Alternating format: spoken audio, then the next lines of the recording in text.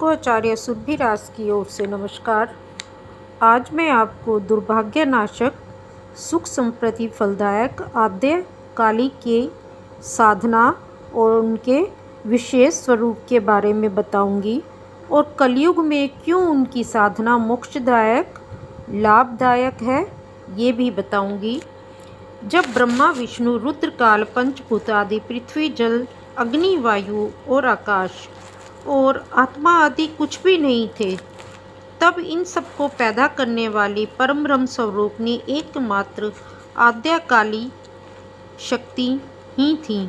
मीमांसा गणादि तर्क संख्या योग वेद वेदांत आदि शास्त्र न थे और न ही कोई यह जानने वाला ही था, केवल निराकार भाव ही था। उस समय परम ब्रह्म स्वरूप ने आद्य शक्ति तुम्ही कण कण में ऊर्जा एवं कार्य क्षमता के रूप में विराजमान थी। विष्णु पुराण के अनुसार जिस समय दिन रात्रि पृथ्वी आकाश प्रकाश अंधकार श्रोत्रादि इंद्रियां बुद्धि आदि अंतकरण कुछ भी नहीं था, उस समय केवल एकमात्र तुम्ही आद्य कालिका ऊर्जा के रूप में कण कण में विराजमान थी। जो सनातन सूक्ष्म मूल प्रकृति है वही परम परमात्मा है।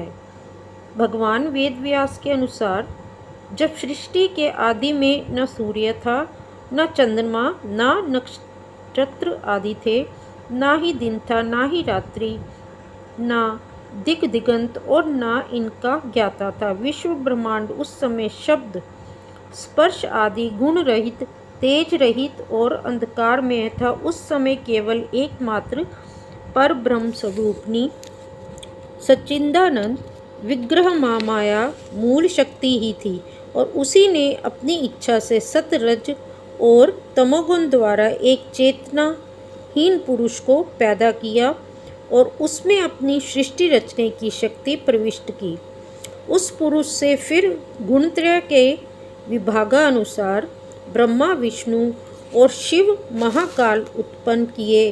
अतः आद्यकाली ही संसार का जीवन है, संसार को रचने वाली है तथा संसार का पालन करने वाली है और संसार को अपने में विलीन भी करने वाली है। महा निर्गुण रूपा पराकला आद्या जो वाचा के अतीत है, जिसको किसी ने भी नहीं देखा है।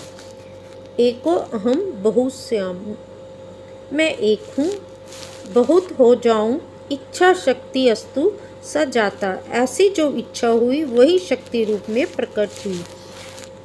पर ब्रह्म की संसार उत्पन्न करने की इच्छा का नाम शक्ति है, जिसमें संसार है चराचर का बीज छुपा हुआ है। उस शक्ति ने अपनी छाया को देखा और मानसिक शिव की कल्पना कर उसको चैतन्य प्रदान की तथा सृष्टि के उत्पादन के लिए मानसिक शिव की पति रूप में कल्पना की और पराविद्या शक्ति स्त्री रूप धारण कर उस मानसिक शिव काल से संयुक्त हुई। भक्त प्राण प्रिया देवी परमा कला पंचमी रूप से संसित हुई यानी स्थापित हुई। उनके इस संग योगाभ्यास से काल को महाकालत्व या सृष्टि सहार की शक्ति प्राप्त हुई।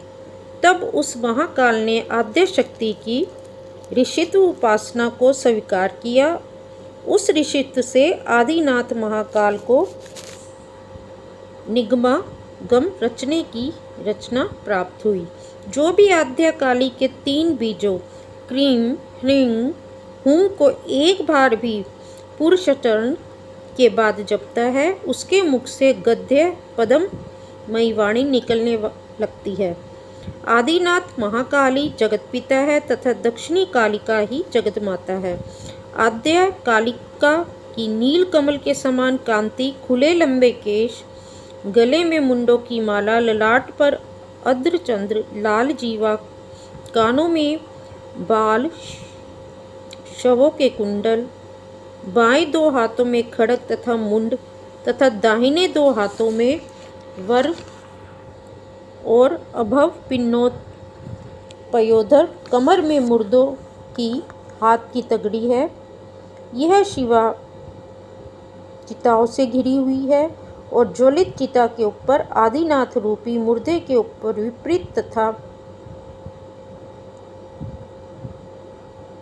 चित रहने वाली आद्यकाली की पूजा ही कलयुग में श्रेष्ठ और फलदायक तथा मोक्षदायक है। अब इसमें कहते हैं कि क्या कोई और देवी शक्ति, कोई और साधना, तो मैं ये कहना चाहूँगी कि मेरे विचार अनुसार और भी बहुत ज्ञानी हैं जिन्होंने भी हमेशा यही बल दिया है गहन अध्ययन के बाद कि काली साधना ही कलयुग में फल भी तुरंत देती हैं और मोक्ष भी प्राप्त करवाती हैं और इनकी साधना से श्रेष्ठ साधना कोई नहीं हो सकती। और ख़ास तौर पे दीपावली की आधी रात को, जो कि सनातन धर्म में महानिशा रात्रि भी कहा जाता है, जिसको महानिशा काल रात्रि भी जिसको बोला जाता है, कार्तिक दिवाली की अर्धरात्रि, उसी दिन से साधना अगर इनकी विशेष आरंभ की जाए किसी विशेष कामना के लिए तो बहुत अच्छा फल प्राप्त होता है और निरंतर जीवन में हर क्षण साथ रहने वाली शक्ति हमारे साथ स्थापित हो जाती है। अब काली मंत्र का विभिन्न रूपों में कैसे प्रयोग होना चाहिए ये मैं आपको आगे के भाग में बताऊंगी। अगर आपको कलयुग में काली साधना फलदायक मोक्षदायक है, ये मेरा आज का विषय पसंद आया हो तो इसे ज़्यादा से ज़्यादा शेयर करें और सब्सक्राइब करें।